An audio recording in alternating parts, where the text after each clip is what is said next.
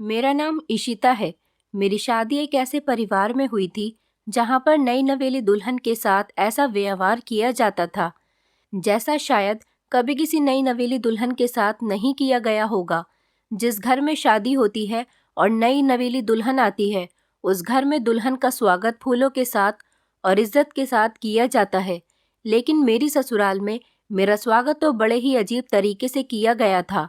शादी की पहली रात जब मैं दुल्हन बनी हुई अपने कमरे में बैठी हुई थी, मेरे पति के आने से पहले ही मेरे ससुर मेरे कमरे में आ गए। जब दरवाजे पर दस्तक हुई तो मुझे लगा कि मेरा पति आया होगा। मैं जल्दी से सहम कर बैठ गई थी। थोड़ी देर के बाद जब मैंने सर उठाकर देखा तो कमरे के अंदर मेरे ससुर थे। अपने ससुर को देखकर तो मैं पूरी तरह से डर गई। मैं अपने ससुर को देखकर कहने लगी, क्या हुआ पापा जी, आपको कोई काम है क्या? उन्होंने कहा, हाँ बहू, मुझे तुमसे एक बड़ा ही ज़रूरी काम है, इसलिए तो मैं तुम्हारे कमरे में आ गया हूँ। एक बड़ा ही ज़रूरी काम है, तुम मेरे साथ चलो। मुझे लगा कि शायद मेरे ससुर को मुझसे ही कोई ज़रूरी काम है, इसलिए वो मुझे अपने साथ लेकर जा रहे हैं। उन्होंने मुझे अपने साथ जाने के लिए कहा तो मैं भी उनके पीछे पीछे चलने लगी, लेकिन मैं हैरान रह गई थी जब वो मुझे एक भैंसों के तबेले में लेकर चले गए। उन्होंने मुझसे कहा, बहू, अब तुम ही इस घर की मालकिन हो और तुम्हें ही यहाँ की सारी जिम्मेदारी को समझना होगा और अपनी जिम्मेदारी को तुम्हें आज से ही शुरू करना होगा। मैं तो बड़ी हैरान थी अपने ससुर की बात को सुनकर और बड़े गौर से फटी फटी आंखों से चारों तरफ खड़ी हुई भैंसों को देख रही थी। मेरे ससुर कहने लगे, बहू, ये जगह साफ करके तुम अपने कमरे में चली जाना। ये सब कुछ देखकर तो मुझे रोना आ गया था कि ये बात सही है कि मैं इस घर की मालकिन हूँ, इस घर की इकलौती औरत हूँ और सारी जिम्मेदारियाँ मुझे ही संभालनी है। लेकिन क्या आज की रात भी मेरे लिए जिम्मेदारी संभालना ज़रूरी था? मैं कल से भी तो अपनी जिम्मेदारियों पर गौर कर सकती थी। मैंने सोच लिया था कि मैं अपने ससुर की शिकायत अपने पति से करके ही रहूंगी। मैंने लहंगा पहना हुआ था और कुछ जेवर भी थे। भारी भरकम कपड़ों में मुझे गोबर उठाने का काम दिया गया था। इस पूरे तबेले की मुझे सफाई करनी थी। नई नवेली दुल्हन गोबर उठाने के लिए बैठ गई थी और जब वापस कमरे में अपने पति के पास गई तो मेरे पति ने मुझे कमरे से निकाल दिया। वो कहने लगे कि तुमसे तो बड़ी बदबू आ रही है। अब हर रोज ऐसा ही होता रहता था। मेरा पति जब भी मेरे करीब आता तो मेरे ससुर मुझे किसी न किसी बहाने से बुला लिया करते थे और जब मैं वापस अपने कमरे में अपने पति के पास आती तो मेरा पति मेरा करीब बैठते ही कहने लगता कि तुम्हारे अंदर से बहुत बदबू आती है। मेरे पति का बिहेवियर तो दिन ब दिन मेरे साथ चिड़चिड़ा रहने लगा था। मेरे एक जेठ और जेठानी भी थीं जो कि शहर में रहते थे। उन्हें जब हमारी शादी के बारे में पता चला तो मेरी जेठानी मुझसे मिलने के लिए आ गई थी। हालांकि वो हमारी शादी में शामिल नहीं हो सकी थी। मेरी जेठानी ने एक रात मुझसे कहा कि मुझे अपने कपड़े दे दो। मैंने उन्हें अपने कपड़े दिए और उन्होंने मुझसे कहा कि अब तुम आराम से अपने पति के पास जाओ। आज इस तरह करने से सारी सच्चाई खुलकर सामने आ जाएगी और मैं खामोशी से अपने कमरे में आ गई थी। कुछ ही देर मुझे अपने पति के साथ गुजरी थी। फिर उसके बाद कुछ ऐसा हुआ जिसने मेरे पैरों तले से ज़मीन निकाल दी थी, क्योंकि मैं काफ़ी पढ़ी लिखी और शहर में रहने वाली लड़की थी, जबकि मेरी शादी गांव के एक मामूली से लड़के के साथ हुई थी। मेरा पति भी शहर में ही एक मामूली सी नौकरी करता था। मेरी मम्मी ने मुझे बड़े ही लाड प्यार से पाला था क्योंकि मैं उनकी इकलौती बेटी थी। मेरे पापा तो काफ़ी सालों पहले ही गुजर चुके थे। मेरी मम्मी जॉब किया करती थी और हम लोग अपने चाचा चाची के घर में ही रहते थे क्योंकि पापा के मरने से पहले से ही हम लोग जॉइंट फैमिली में रह रहे थे। अब हमारे घर में हमारे साथ चाचा चाची थे और मेरी मम्मी। मेरी ज़िंदगी बहुत अच्छी गुजर रही थी। मेरी मम्मी ने अपनी कमाई से मेरी परवरिश की थी और कभी मुझे किसी चीज़ की कोई कमी नहीं होने दी थी। मेरे कहने से पहले ही वो मेरी हर डिमांड को पूरी कर दिया करती थी। मेरे कॉलेज की छुट्टियां चल रही थीं। अभी मैं और ज़्यादा पढ़ना चाहती थी क्योंकि मेरा भी सपना था कि मैं जॉब करूं। मेरी बुआ के घर में शादी आ गई थी और हम लोग उस शादी को अटेंड करने के लिए बुआ के गांव में चले गए थे। मेरी बुआ गांव में रहती थी। बुआ का घर हमारे घर से काफ़ी दूर था, इसलिए हम लोग 4-5 दिन के लिए ही बुआ के घर पर गए थे।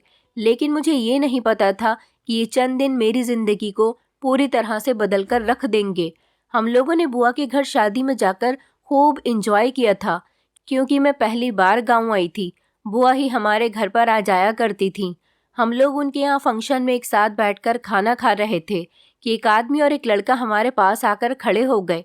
उन्होंने हम सब लोगों से इंट्रोडक्शन किया। वो आदमी उस लड़के का बाप था। उन्होंने मेरी मम्मी से कहा कि आपकी बेटी बड़ी ही प्यारी और संस्कारी है, मुझे आपकी बेटी बहुत पसंद आई है। ये है मेरा बेटा शेखर, शहर में एक बड़ी सी कंपनी में नौकरी करता है। मुझे तो समझ नहीं आ रहा था कि वो अपना इतना लंबा चौड़ा इंट्रोडक्शन क्यों दे रहे थे, लेकिन फिर जो उन्होंने बात कही उसे सुनकर तो मेरे होश ही उड़ गए थे। उन्होंने मेरी फैमिली से कहा कि मुझे आपकी बेटी का रिश्ता चाहिए, अपने बेटे शेखर के लिए। शेखर मेरा छोटा बेटा है, जबकि बड़ा बेटा और बहू शहर में ही रहते हैं, और मुझे इसके लिए इसी तरह की संस्कारी और सुशील लड़की की तलाश थी। उनकी इतनी सी बात सुनकर मेरी मम्मी ने मेरे चाचा चाची की तरफ देखे बिना ही उनसे मेरे रिश्ते की बात पक्की कर ली। मेरी मम्मी ने कहा कि मुझे ये रिश्ता मंजूर है। ये सब सुनकर तो मैं हैरान ही रह गई थी।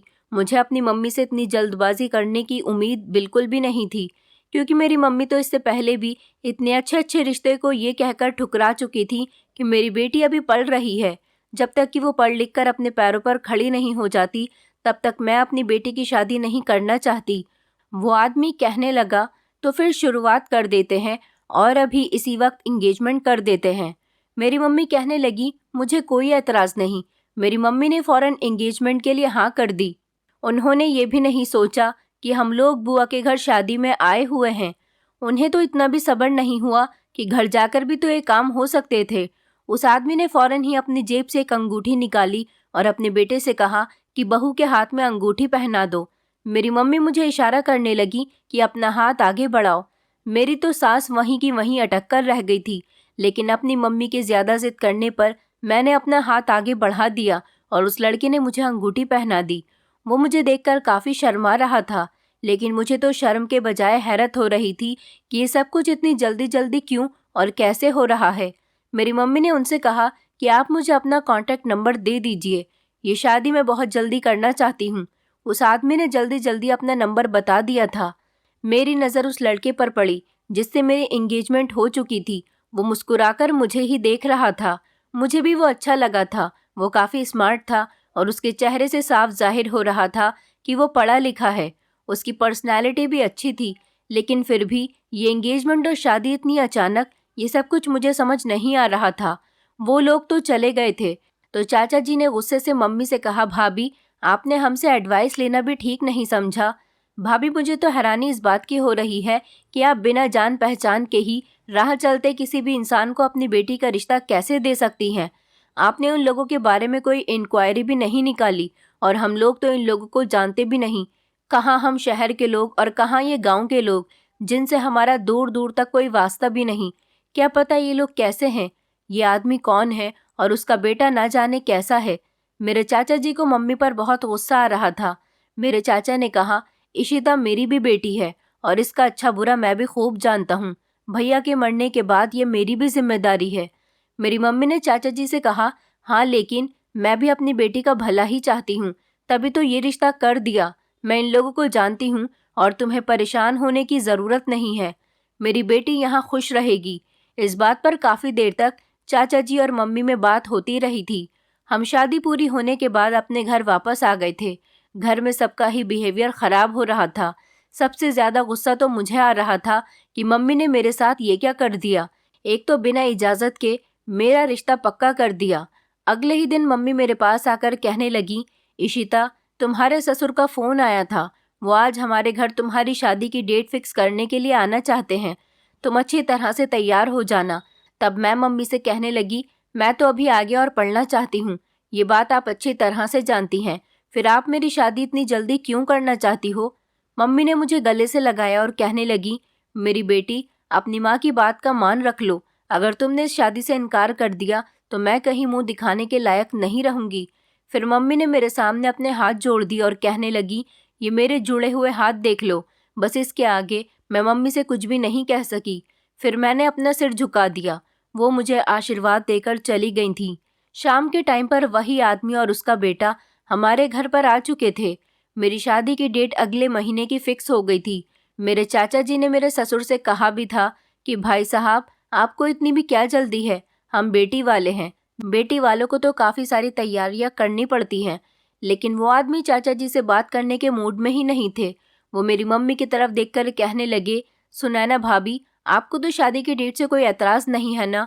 मेरी मम्मी ने ना में सर हिला दिया तो वो हमारे घर से उठकर चले गए। मेरी मम्मी भी उठकर खड़ी हो गई और चाचा जी से कहने लगी कि मैं अपनी बेटी की शादी में किसी भी तरह की बदमज़गी नहीं चाहती। इतना कहकर वो भी वहाँ से चली गई थी। चाचा जी मेरी तरफ देखकर कहने लगे, इशिता बेटा, तुम ही अपनी मम्मी से कहोगी कि मुझे ये शादी नहीं करनी। मेरी आंखों में आंसू आ गए। मैंने चाचा जी से कहा, मैंने तो मम्मी से बात की थी, लेकिन उन्होंने मेरे सामने अपने हाथ जोड़ दिए। मैं उनके सामने बेबस हो गई थी। मेरी बात सुनकर चाचा जी परेशान हो गए। दिन इसी तरह से गुजर गए थे और मेरी शादी का दिन भी आ गया था। घर में अजीब तरह की उदासी छाई हुई थी। इसी तरह मैं विदा होकर अपनी ससुराल पहुंची थी। मेरी ससुराल में मेरे पति और ससुर के अलावा कोई नहीं था। मेरे एक जेठ जेठानी थे, वो भी दूसरे शहर में रहते थे और कभी कभी ही गांव आ जाया करते थे। लेकिन सोचने वाली बात ये थी कि वो लोग मेरी शादी पर आए ही नहीं थे। मेरी मम्मी ने अपनी पढ़ी लिखी और शहर में रहने वाली बेटी को एक गांव के इंसान के हवाले कर दिया था। ऐसा नहीं था कि मैं किसी और को पसंद करती थी। अपनी मम्मी के फैसले से मुझे कोई एतराज़ नहीं था, लेकिन उन्हें ये भी तो देखना चाहिए था कि उनकी बेटी का स्टैंडर्ड क्या है और वो कहाँ उसकी शादी कर रही है। मुझे लगा कि मेरी ससुराल में मेरा स्वागत करने के लिए तो औरतें ज़रूर होंगी और मेहमान भी आए हुए होंगे, लेकिन जब मैं गाड़ी से उतरकर अपने ससुराल के घर में गई तो वहाँ तो कोई भी नहीं था। ऐसा लग ही नहीं रहा था कि ये शादी वाला घर है। बिल्कुल सिंपल तरीके से मैं खुद ही घर में आ गई थी। न कोई सजावट, न कोई फूलों की बौछार, ना ही कोई खुशियाँ और ना ही रौनक। इस घर में कुछ भी नहीं था। मेरे पति ने मुझे अपना कमरा दिखा दिया था और वो किसी से बात करने के लिए चले गए थे। यहाँ आने के बाद तो मेरा दिल टूट गया था। शादी को लेकर मेरे कुछ और ही सपने थे। मुझे अपनी मम्मी से बहुत शिकवा था कि उन्होंने मुझे बोझ समझकर अपने सर से उतारकर फेंक दिया था। ये घर वैसे तो काफ़ी बड़ा था, यहाँ पर हर फैसिलिटी थी। इस बात से तो मैं बेफिक्र हो गई थी कि यहाँ पर कुछ तो अच्छा है। शादी के बाद लड़की के साथ कितनी सारी रस्में होती हैं, लेकिन यहाँ तो मेरे साथ कोई भी रस्म नहीं हुई थी, क्योंकि यहाँ मेरे साथ कोई रस्म करने वाला था ही नहीं। मैं खुद ही अपने कमरे में आकर दुल्हन बनकर बैठ गई थी। मेरे पति के कमरे की हालत देखकर भी नहीं लग रहा था कि ये शादी वाला कमरा है। मैं दुल्हन बनी अपने पति का इंतज़ार कर रही थी कि तभी दरवाजे पर दस्तक हुई। मुझे लगा मेरा पति आ गया होगा। मैंने जैसे ही उठकर देखा तो सामने अपने ससुर को देखकर मेरे होश उड़ गए थे। सामने ही मेरे ससुर खड़े हुए थे। इस तरह से मुझे उनका अपने कमरे में आना बिल्कुल भी पसंद नहीं आया था, क्योंकि मैं उनके बेटे की पत्नी थी और अभी नई नवेली दुल्हन थी। उन्हें अपनी बहू के कमरे में आते हुए शर्म आनी चाहिए थी। मैंने घबराकर उनसे कहा कि आपको कोई काम है? उन्होंने कहा, हाँ, मुझे तुमसे एक बहुत ज़रूरी काम है, आओ मेरे साथ बाहर चलो। मैं कंफ्यूज हो रही थी कि रात के इस टाइम पर भला मेरे ससुर को एक नई नवेली दुल्हन से क्या काम पड़ गया था। फिर वो मुझे अपने घर के पीछे बने हुए भैंसों के तबेले में ले गए। वहाँ चारों तरफ भैंसों को देखकर मैं हैरान रह गई थी। मेरे ससुर ने कहा कि बहू, अब तुम ही इस घर की मालकिन हो और तुम्हें इस घर की सारी जिम्मेदारी को अच्छी तरह से समझना होगा। मेरे ससुर ने कहा कि तुम यहाँ भैंसों के तबेले की अच्छी तरह से सफाई कर दो और यहाँ का जितना भी गोबर है उसे उठाकर एक कोने में इकट्ठा कर दो। मुझे ये सब बहुत ही बुरा लग रहा था, क्योंकि यहाँ बहुत बदबू आ रही थी और मैं इस गंदगी को नहीं छू सकती थी। मैं तो उछल पड़ी थी। मैंने अपने ससुर से कहा, पापा जी, मैं ये काम नहीं कर सकती। मुझे भैंसों से बहुत डर लगता है और बहुत घिन भी लग रही है। मेरे ससुर कहने लगे, तुम बताओ, तुम्हारे ससुराल में कोई भी औरत इस काम को करने के लिए नहीं है। अब जब तुम आ गई हो तो ये काम तुम्हें ही करना होगा और तुम्हें इस सब की आदत डालनी होगी। मैंने अपने ससुर से कहा कि वो बात ठीक है, मैं धीरे धीरे सब कुछ सीख जाऊंगी, लेकिन आज और अभी से ही। वो कहने लगे, हाँ क्यों, क्या हुआ? अभी से ही आदत डालोगी तभी तो बाद में भी तुम्हारी आदत होगी इस काम को करने की। मेरे ससुर ने जब इस तरह की बातें की तो मैं इस काम को करने पर मजबूर हो गई थी और मैंने सोच लिया था कि मैं अपने ससुर की शिकायत अपने पति से ज़रूर करूंगी कि शादी की पहली रात ही यहाँ दुल्हन के साथ ये सलूक किया जा रहा है। वो मुझे छोड़कर चले गए थे। उनके जाने के बाद मैं रोने लगी थी। मुझे बहुत ही घबराहट महसूस हो रही थी। मैंने बड़ी मुश्किल से अपने दिल पर पत्थर रखकर इस काम को कर दिया था। मैं इतना भारी लहंगा पहने हुई थी और जेवर भी थे, और इसी माहौल में मैंने वहाँ की सारी गंदगी को साफ किया था। मेरे सारे कपड़े भी खराब हो गए थे, मेरा हुलिया भी बेकार हो चुका था।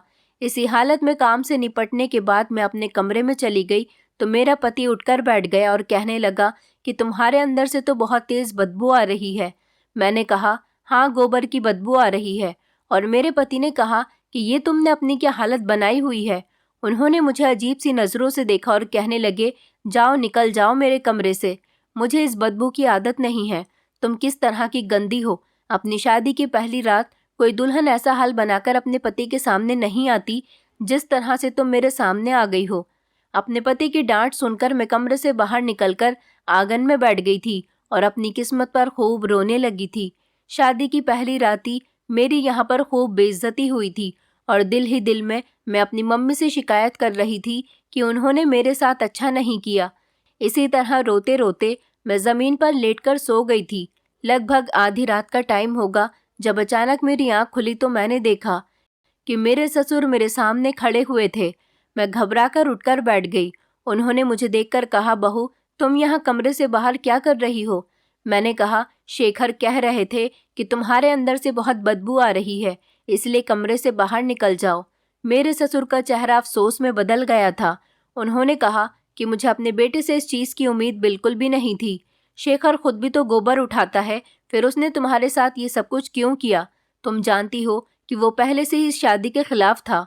वो कह रहा था कि मुझे शहर की लड़की से शादी नहीं करनी, इसलिए मैंने शादी की पहली रात तुमसे तबेले की सारी सफाई करवाई, ताकि तुम अगर उसके बदले का काम कर दोगी तो उसका दिल तुम्हारे लिए नरम हो जाएगा। तुम बेफिक्र रहो, मैं उसे समझाऊंगा। मेरा तुमसे वादा है कि मैं तुम्हारे पति को समझा दूंगा, फिर वो तुम्हारे साथ अच्छा बिहेव करेगा। लेकिन इस सब के लिए तुम्हें मेरा कहना मानना होगा। मैंने अपने ससुर की बात पर सर हिला दिया तो उन्होंने मेरे सर पर हाथ रखा और कहा कि जाओ, नहा धोकर तैयार हो जाओ, दिन निकलने वाला है। लेकिन सुबह जब शेखर तुम्हारे करीब आने की कोशिश करे तो उसे अपने करीब बिल्कुल भी मत आने देना। अगर वो तुमसे बात करने की कोशिश करे तो उससे नाराज़ होने की एक्टिंग करना और उसे गुस्सा दिखाना, तब उसे तुम्हारी कदर होगी। मैंने अपने ससुर के कहने के मुताबिक ऐसा ही किया। मैं नहा धोकर तैयार हो गई थी। सुबह के 7 बज चुके थे। किचन में जाकर मैंने अपने पति और ससुर के लिए नाश्ता बनाया। जब मेरे पति उठ गए तो टेबल पर उनके लिए नाश्ता रख दिया और खुद अपने पति को इग्नोर करने लगी थी। मेरा पति मुझे देखकर मुस्कुराने लगा। वो मेरे पास आने लगा तो फिर मैं उसके करीब से हट गई और कमरे से बाहर निकल गई। थोड़ी ही देर गुजरी थी कि मेरा पति भी मेरे पीछे पीछे ही आ गया। वो कहने लगा कि इशिता, क्या बात है, तुम मुझसे इस तरह से भाग क्यों रही हो, जैसे मैं तुम्हारा पति नहीं कोई गैर हूँ। मैं तंग आकर कहने लगी, आपने ही तो मुझे कल रात कमरे से निकाल दिया था। इससे पहले मेरे पति कुछ कहते मैं उनके पास से हटकर आ गई थी और किचन में जाकर काम में बिजी हो गई थी। मेरे पति भी घर से बाहर निकल गए थे। उसके बाद मैंने अपने ससुर को सब कुछ बता दिया। वो मुस्कुराकर कहने लगे, देखा, मेरी बात मानने का फ़ायदा, वो खुद ही बार बार तुम्हारे पीछे आएगा। अगर तुम इस तरह ही मेरी बात मानती रहोगी तो तुम्हारे पति के दिल में हमेशा तुम्हारी इज्जत रहेगी। मैं खुश हो गई थी और कहने लगी, मैंने आज तक आप जैसे ससुर को नहीं देखा। वो मुस्कुराने लगे और कहने लगे, तुम मुझे अपना ससुर मत समझना, तुम मुझे अपना पिता समान ही समझना। मैं और ससुर जैसा नहीं हूँ जो चाहते हैं कि उनके बेटे उनके कहने में ही रहें। मैं तो चाहता हूँ कि मेरा बेटा अपनी पत्नी के साथ इतना खुश रहे कि सारे गांव में मिसाल कायम हो जाए, कि लोग मेरी तारीफ करें कि इस आदमी ने अपने बेटे की कितनी अच्छी परवरिश की है, कि शेखर ने अपनी पत्नी को अपने घर में बहुत सुख चैन से रखा हुआ है। मैं अपने ससुर की बातें सुनकर शॉक्ड रह गई थी। जैसे ही रात हुई फिर से मेरे ससुर ने मुझे तबेला साफ करने के लिए कहा। अब मैं उनको इनकार भी नहीं कर सकती थी क्योंकि वो मुझसे इतना प्यार कर रहे थे। ऐसे मैं उनकी बात नहीं मानकर उनके खिलाफ नहीं जाना चाहती थी। मैं अभी भी दूसरे दिन की नई नवेली दुल्हन थी और अपने भारी भरकम कपड़ों में तबेले की सफाई करने के लिए निकल गई थी। मेरी आंखों में फिर से आंसू आ गए थे क्योंकि ये काम मैंने कभी नहीं किया था और ये काम करना मुझे बिल्कुल भी पसंद नहीं था। फिलहाल मजबूरी की वजह से मैं ये काम करके अपने ससुर के कमरे में चली गई थी तो वो कहने लगे, बहू, अब तक तुम्हारे पति को खूब सबक मिल गया होगा। तुम ऐसा करो, अब अपने कमरे में चली जाओ, लेकिन अगर उसने कोई ऊंच नीच की तो मेरे कमरे के दरवाजे खुले हुए हैं, तुम मुझे आकर बता देना। मैं जल्दी से भागकर अपने कमरे में चली गई थी। शेखर कमरे में पहले से ही मौजूद थे। मेरा दिल चाहता था कि मैं अपने पति से खूब सारी बातें करूं, वो मेरी खूबसूरती की तारीफ करें, मेरी डिमांड्स पूरी करें, मेरी बात को तसल्ली से सुना करें। मैं अभी यही सब कुछ सोच रही थी कि अचानक से दरवाज़ा खोलकर अंदर गई। मेरा पति मुझे देखकर मुस्कुराने लगा और कहने लगा, इशिता, तुम्हें अपने पति का ख्याल आखिर आ ही गया कि अब अपने कमरे में चले जाना चाहिए। वो अभी मेरे करीब आकर बैठे ही थे कि एक झटके से ही उठकर खड़े हो गए और कहने लगे, इशिता, आज फिर तुम्हारे अंदर से बदबू आ रही है। तुम्हें पता नहीं है क्या पति के पास जाने से पहले साफ सुथरा होना चाहिए और अच्छे से कपड़े पहन लेने चाहिए। देखो तुम्हारे कपड़े भी कितने गंदे हो रहे हैं। मैं चुपचाप बैठी रही थी तो मेरा पति कहने लगा, चलो जल्दी से उठो और यहाँ से जाओ। सारा दिन तुमने जहाँ गुजारा है वहीं जाओ। मैं भी एक ही झटके से उठी और अपने ससुर के कमरे में चली गई। वो मेरा उदास चेहरा देखकर कहने लगे, अच्छा तो अभी तुम्हारे पति को अकल नहीं आई। अपने बेटे को इंसान बनाकर ही रहूँगा। तुम मेरे कमरे में सो जाओ, मैं छत पर जाकर सो जाऊँगा। मेरे ससुर सोने के लिए अपना तकिया और चादर लेकर छत पर चले गए थे और मैं उनके कमरे में बिस्तर पर लेट गई थी। मेरी आंखों से आंसू बहने लगे थे। मुझे अपने पति से बहुत प्यार हो गया था। उसका बिहेवियर मेरे साथ दिन ब दिन चिड़चिड़ा सा रहने लगा था। मैं तो उन्हें अच्छी भी नहीं लगती थी। अगले दिन सुबह जब मेरी आंख खुली तो घर में मैंने एक औरत को देखा। वो पता नहीं कौन थी। उनके साथ एक आदमी भी था। मैंने उनको देखा तो उनका आशीर्वाद लिया। फिर उन्होंने मुझसे कहा कि तुम कैसी हो। मैं फटी फटी आंखों से अपने ससुर की तरफ देख रही थी।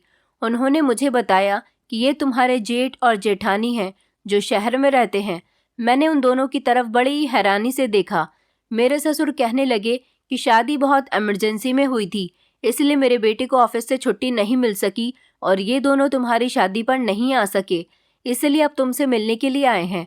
मैं बड़ी हैरानी से अपने ससुर की तरफ देख रही थी और कहा कि पापा जी, हमारी शादी इमरजेंसी में हुई थी क्या? मेरे ससुर के चेहरे का रंग अचानक फीका पड़ गया था और वो कहने लगे, तुम तो जानती ही हो कि शेखर इस शादी के लिए कहाँ मान रहा था। फिर जैसे ही मैंने उसको तैयार किया तो फौरन ही तुम दोनों की शादी कर दी गई ताकि वो फिर से मुकर न जाए। मैं कहने लगी, पापा जी, आप शेखर की मर्जी को अहमियत दे देते तो शायद वो मुझसे इस तरह से बिहेव ना करते। मेरे ससुर कहने लगे, देखना, ये शेखर एक दिन तुम्हारा गुलाम बन जाएगा। सब कुछ ठीक हो जाएगा, बस तुम मेरे कहने के मुताबिक चलती रहना। मैंने अपने ससुर की बात पर सर हिला दिया था। मेरे ससुर तो गांव घूमने के लिए चले गए थे। फिर मैंने अपनी जेठानी के साथ मिलकर सब लोगों के लिए नाश्ता बनाया। मेरा पति जब मुझसे बात करने की कोशिश करता तो मेरे ससुर मुझसे कह देते कि अपने पति से प्यार से बात मत करना, और अगर मैं अपने पति को इग्नोर करती तो वो मुझसे और ज़्यादा नाराज़ हो जाते थे। मेरी तो कुछ समझ ही नहीं आ रहा था कि मैं क्या करूं। मैंने आज भी अपने पति को इग्नोर किया था। पहले तो वो मुझे बुलाते रहे, लेकिन जब मैंने उनकी बात नहीं सुनी तो वो गुस्से में आ गए थे और मुझसे कहने लगे, अगर तुम ये शादी नहीं करना चाहती थी तो तुम इनकार कर देती, लेकिन एक बात याद रखो, ये सब ज़्यादा दिन तक मैं बर्दाश्त नहीं करूँगा। मैं तुम्हें डिवोर्स देकर इस घर से बाहर निकाल दूंगा। अपने पति की बात सुनकर मैं फूट फूट कर रोने लगी थी। तभी मेरे ससुर ने मेरे पति को आवाज़ लगा ली और वो अपने पिता की बात सुनने के लिए चले गए। मैं भी थोड़ी देर के बाद बाहर चली गई थी। मेरे ससुर ने कहा कि बहू, घर के कामों पर ध्यान दिया करो, शेखर खुद ही ठीक हो जाएगा। तुम जाकर तबेला साफ करके आओ। मेरी जेठानी बहुत अच्छी थी। जब उन्होंने मेरे ससुर को ये बात कहते हुए सुना कि मुझे तबेला साफ करना है तो वो हैरान रह गई थी। वो कहने लगी, इशिता, ये सब कुछ तुम क्या कर रही हो? क्या तुम तबेले की सफाई करती हो? मैंने कहा, जी भाभी, मैं हर शाम को ही तबेले की सफाई करती हूँ। उन्होंने मेरी बात सुनकर बड़ी अजीब सी नज़रों से मुझे देखा था, लेकिन उन्होंने कुछ भी नहीं कहा था। उसके बाद मैं अपने कमरे में चली गई। शेखर जब कमरे में आए तो उन्होंने अपने मुंह पर हाथ रख लिया और कहने लगे, तुम कभी नहीं सुधरोगी। मुझे नहीं पता था कि तुम ऐसी हो, वरना मैं तुमसे कभी भी शादी नहीं करता। साफ सफाई का तो तुम्हारे अंदर नाम तक नहीं है। अगर तुम्हें मेरे साथ रहना ही नहीं था तो तुम अपने पेरेंट्स से शादी के लिए मना कर देती। मुझे तो लगता है कि तुम्हारा किसी के साथ अफेयर चल रहा है। बताओ किसके साथ? शहर में तुमने मोहब्बतबाजी की है जिसके लिए तुम मेरे साथ ये सब कुछ कर रही हो। अपने पति की बात सुनकर मेरी आंखों में आंसू आ गए थे। मैं कहने लगी, आप अपनी पत्नी पर इल्ज़ाम लगा रहे हो, आपको शर्म आनी चाहिए। इतना कहकर मैं उठकर फ़ौरन अपने ससुर के कमरे में चली गई थी। वहाँ पर मैंने अपने जेठ जेठानी को भी बैठे हुए देखा। मेरी जेठानी मुझे देखकर कहने लगी, इशिता, इस टाइम तो तुम्हें अपने पति के कमरे में होना चाहिए। मैंने अपनी जेठानी की तरफ देखकर कहा कि आपके देवर ने मुझे कमरे से निकाल दिया। वो खामोश हो गई और फिर मैं गुस्सा होकर छत पर चली गई थी। मेरे पीछे पीछे जेठानी भी छत पर आ गई। तो फिर उन्होंने मुझसे इस सब की वजह पूछी और बहुत ही तसल्ली से मुझसे बात की थी। उन्होंने मुझसे कहा, बताओ तुम्हारा क्या शेखर के साथ कोई झगड़ा हुआ है? मैं उनकी बात सुनकर रोने लगी थी और उनको बताया कि भाभी, शादी की पहली रात से ही शेखर मुझे अपने कमरे से बाहर निकाल देते हैं। वो कहने लगी, ऐसी क्या वजह होती है जिसकी वजह से वो तुम्हें कमरे से निकाल देता है? मैं उनके सामने शर्मिंदा हो गई थी और कहने लगी, शेखर कहते हैं तुम्हारे अंदर से बहुत बुरी बदबू आती है। मेरी जेठानी कहने लगी, वो सच्ची तो कहता है, सच में तुम्हारे अंदर से बहुत बुरी बदबू आती है, तुम्हें महसूस नहीं होती है क्या? मैंने कहा, मुझे भी ये बदबू अच्छी नहीं लगती, मगर मैं क्या करूं? पापा जी ने मुझसे कह रखा है कि मैं शाम के टाइम अपने कमरे में जाने से पहले तबेले की अच्छी तरह से साफ सफाई कर दिया करूं, नहीं तो शेखर मुझसे नाराज हो जाएंगे। मेरी जेठानी ने कहा कि तुम फिक्र मत करो, सब कुछ ठीक हो जाएगा, मैं तुम्हारा साथ दूंगी। इसी तरह जैसे ही शाम हुई तो मेरी जेठानी कहने लगी कि तुम मुझे अपनी कोई साड़ी लाकर दे दो। मैंने अपनी एक साड़ी उन्हें लाकर दे दी। फिर वो मुझसे कहने लगी कि अब तुम अपने कमरे में चली जाओ, पापा जी को ऐसा ही लगेगा कि तुम ही तबेले को साफ कर रही हो। मैं बहुत खुश हुई थी कि मेरी जेठानी ने मेरा कितना साथ दिया। मैंने आज अच्छे कपड़े पहन लिए थे और अच्छी तरह से तैयार होकर मैं अपने पति के आने का इंतज़ार करने लगी थी। आज मेरे अंदर से कोई बदबू भी नहीं आ रही थी और आज मैं जल्दी ही अपने कमरे में चली गई थी। थोड़ी देर के बाद मेरे पति भी आ गए थे। वो खाना खाने के बाद अपने लैपटॉप पर कुछ काम करने में बिजी हो गए थे। मुझे आज कमरे में मौजूद देखकर मुस्कुराते हुए कहने लगे, आज तुम बड़ी जल्दी कमरे में मौजूद हो। और फिर वो मेरे करीब आ गए। उन्होंने मेरा हाथ पकड़ा और कहने लगे, आज तुम्हें मेरे साथ बातें करने की फुर्सत आखिर मिल ही गई। अपने पति की बातें सुनकर मैं फूट फूट कर रोने लगी थी और कहने लगी कि आप ही मुझे हर रात अपने कमरे से बाहर निकाल देते हो। मैं आपसे बहुत प्यार करती हूँ और मैं भी चाहती हूँ कि हम दोनों करीब बैठकर एक दूसरे से खूब सारी बातें करें, लेकिन मैं आपके लिए कुछ भी कर लूँ, आप मुझसे खुशी नहीं रहते। मैं आपके हिस्से का काम भी करती हूँ ताकि आपको खुशी मिले। मेरी बात सुनकर तो मेरा पति हैरान हो गया था और कहने लगा, मेरे हिस्से का ऐसा कौन सा काम है जो तुम्हें करना पड़ता है? मैंने कहा, मैं तबेले की सफाई करके आती हूँ। मेरा पति कहने लगा, लेकिन मैंने तो आज तक कभी तबेले की सफाई नहीं की। मैंने अपनी सारी ज़िंदगी शहर में ही गुजारी है और वहीं पर ही रहकर अपनी पढ़ाई पूरी की है। हम ज़मींदार लोग हैं, माना कि हमारे पास बहुत सी भैंसें हैं, मगर तुम ये नहीं जानती कि उनकी देखभाल करने के लिए भी नौकर मौजूद हैं। नौकर ही तो तबेले की भैंसों का सारा काम करते हैं। अपने पति की बात सुनकर तो मैं दंग रह गई थी। मैंने कहा, मैंने तो यहाँ पर किसी नौकर को नहीं देखा। हमारे घर के पीछे जो तबेला बना हुआ है, मुझे वही तबेला आपके पापा ने दिखाया था और वो कह रहे थे कि अगर मैं इस तबेले की सफाई कर दिया करूँगी तो आपको अच्छा लगेगा और आप मुझे इज्जत देने लगोगे, क्योंकि आप तो मुझसे शादी ही नहीं करना चाहते थे और मैं आपको अच्छी भी नहीं लगती थी। बस मैं तो आपके दिल में जगह बनाने के लिए ही ये सब कुछ कर रही थी, मगर आप तो मुझे अपने कमरे से बाहर ही निकाल दिया करते थे। मेरे पति बहुत हैरान हो गए। वो कहने लगे, तुम किस तबेले की बात कर रही हो? चलो मुझे वहाँ पर लेकर चलो। मैं और शेखर घर से बाहर निकल गए और घर के पीछे तबेले के अंदर चले गए थे। तभी हमें अचानक कुछ आवाज़ सुनाई दी। मेरे ससुर मेरी जेठानी से कुछ बात कर रहे थे। वो गुस्से से कहने लगे कि बहू, तुमने अच्छा नहीं किया, तुमने मेरा बनाया हुआ प्लान बिगाड़ दिया। मेरी जेठानी ने कहा कि लेकिन आप इशिता से ये सब कुछ क्यों करवाते हो? आखिर आपने कौन सा प्लान बनाया हुआ था? मेरे ससुर कहने लगे, तुम नहीं जानती कि मैं और इशिता की माँ सुनैना, हम दोनों एक ही कॉलेज में पढ़ा करते थे और धीरे धीरे हम दोनों एक दूसरे से प्यार करने लगे थे। मैं उससे बहुत ज़्यादा प्यार करता था और उससे शादी करना चाहता था, मगर उसने अपने माता पिता की मर्ज़ी के हिसाब से शादी कर ली और मुझे धोखा दे दिया। मुझे बिना बताए ही उसने शादी कर ली थी। अगर वो मुझे बता देती तो मैं कुछ भी करके उसे उसके घर से गायब करवा देता और उससे शादी कर लेता, लेकिन शायद उसे मुझसे भी अच्छा कोई मिल गया था, इसलिए उसने खामोशी से मुझे बिना बताए ही शादी कर ली। सारी जिंदगी मैं उसकी याद में तड़पता रहा। फिर मेरी भी शादी हो गई। सुनैना की बेवफाई ने मुझे अंदर तक तोड़कर रख दिया था। जब मेरी पत्नी शादी करके मेरे घर पर आई तो मैंने उसे वो वैल्यू नहीं दी जो एक पत्नी को देनी चाहिए थी, क्योंकि मैं तो सुनैना से ही प्यार करता था। इसी गम में बेचारी मेरी पत्नी इस दुनिया को छोड़कर चली गई। लेकिन मेरी पत्नी के मरने से पहले ही सुनैना का पति उसकी बेटी के पैदा होने के 1 साल बाद ही मर गया था। फिर मैंने सोच लिया था कि मैं सुनैना से बदला लेकर ही रहूंगा। उसके लिए जितना मैं परेशान हुआ हूँ, एक दिन मैं उसे भी परेशान करके रहूंगा। लेकिन इस बार जब मैंने अपने ही गांव की शादी में सुनैना और उसकी बेटी को देखा तो मेरे दिमाग में एक प्लान आया था और मैंने उससे बदला लेने का सोच लिया था। मुझे लगा था कि वो शायद मुझे भूल गई होगी, लेकिन जब उसने मुझे वहाँ शादी में देखा तो उसे भी मेरी याद आ गई थी। मैंने सुनैना से शादी में बात करने की कोशिश की थी और उसके हालचाल मालूम किए तो उसने मुझे बताया कि वो जब से विधवा हुई है सिर्फ एक ही फिक्र लगी रहती है कि उसकी जवान बेटी की शादी हो जाए, क्योंकि सुनैना को टीबी जैसी बड़ी बीमारी है। उसने कहा कि मुझे हमेशा अपनी बेटी के फ्यूचर की फिक्र लगी रहती है। मैंने कहा कि मेरा बेटा बहुत अच्छा है, मैं उससे तुम्हारी बेटी की शादी करवा सकता हूँ और हमेशा उसे अपनी बेटी बनाकर ही रखूंगा। सुनैना मेरी बातों में आ गई थी। मैंने शेखर से कहा कि वो सामने जो लड़की खड़ी हुई है मुझे बहुत अच्छी लगी है, कहो तो मैं तुम्हारी इसके रिश्ते के लिए शादी की बात करूं। शेखर को भी इशिता बहुत अच्छी लगी थी, इसलिए हमने खड़े खड़े ही उसकी फैमिली से रिश्ता तय कर दिया था। इस दौरान शेखर की बेकरारी देखने लायक थी।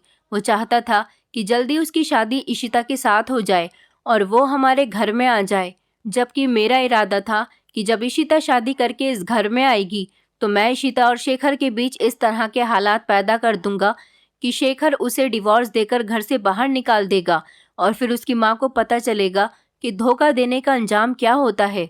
जब उसकी इकलौती बेटी रोती हुई तलाक लेकर अपने घर जाएगी तब उसे इस तकलीफ का एहसास होगा जो सालों पहले मुझ पर गुजरी थी।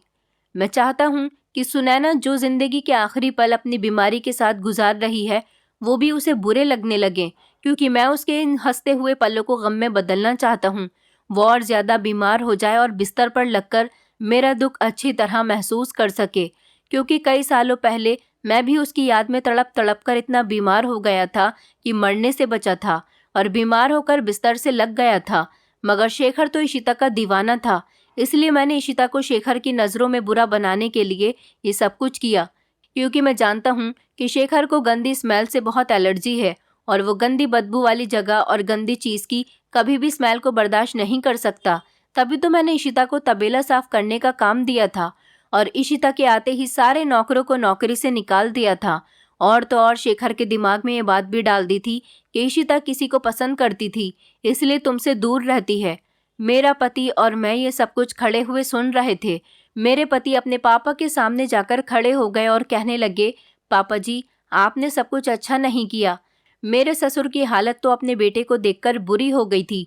मेरे पति ने अपने पिता से कहा कि मैं अभी और इसी वक्त इस घर को छोड़कर जा रहा हूँ, लेकिन मेरे ससुर फौरन ही अपने बेटे के पैरों में गिर गए और कहने लगे कि मुझे माफ़ कर दो बेटा, इस घर को छोड़कर मत जाओ, मैं यहाँ अकेला रह जाऊँगा। मेरे पति ने कहा कि आपने सुनैना आंटी का बदला मेरी पत्नी से लेने की कोशिश की और मुझे अपनी पत्नी से दूर करने की कोशिश की। मैं अब आपके साथ नहीं रह सकता। आपने इतने सारे झूठ बोले, आप आगे चलकर भी झूठ बोल सकते हो। आखिर आप खुद ही बताओ कि इसमें इशिता की क्या गलती है। मेरी जेठानी ने भी पापा जी को बहुत समझाया। मेरे ससुर ने अपनी गलती को एक्सेप्ट कर लिया था और मुझसे भी माफ़ी मांगी थी, क्योंकि वो अपने बेटे से दूर नहीं रह सकते थे। वो सबसे ज़्यादा प्यार अपने छोटे बेटे से ही किया करते थे। मेरे ससुर को अपनी गलती का एहसास हो गया और उन्होंने मुझसे भी माफ़ी मांग ली। मेरी जेठानी और जेठ ने हम लोगों के बीच बड़ी दरार को ख़त्म कर दिया और हम लोगों का समझौता करवा दिया। इसी तरह हम लोग एक साथ मिलकर खुशी खुशी एक ही घर में रह रहे हैं। मेरे पति ने भी हाथ जोड़कर मुझसे माफ़ी मांगी थी। मैंने अपने पति को माफ़ कर दिया था और शायद इस सब की वजह से मेरे पति मुझसे और भी ज़्यादा प्यार करते हैं, क्योंकि उन्हें लगा था कि उनकी पत्नी उनके लिए कुछ भी कर सकती है। मेरे ससुर बिल्कुल ठीक हो गए और अपनी पुरानी वाली गलती पर बहुत शर्मिंदा होते हैं। मेरे पति के साथ मेरी ज़िंदगी बहुत अच्छी गुजर रही है। दोस्तों, उम्मीद करती हूँ आपको हमारी कहानी पसंद आई होगी। कहानी पसंद आई है तो वीडियो को लाइक करें, चैनल पर नए हैं तो चैनल को सब्सक्राइब करें और हाँ, नोटिफिकेशन बेल को ज़रूर दबाएं ताकि अगली अपडेट सबसे पहले आपको मिले।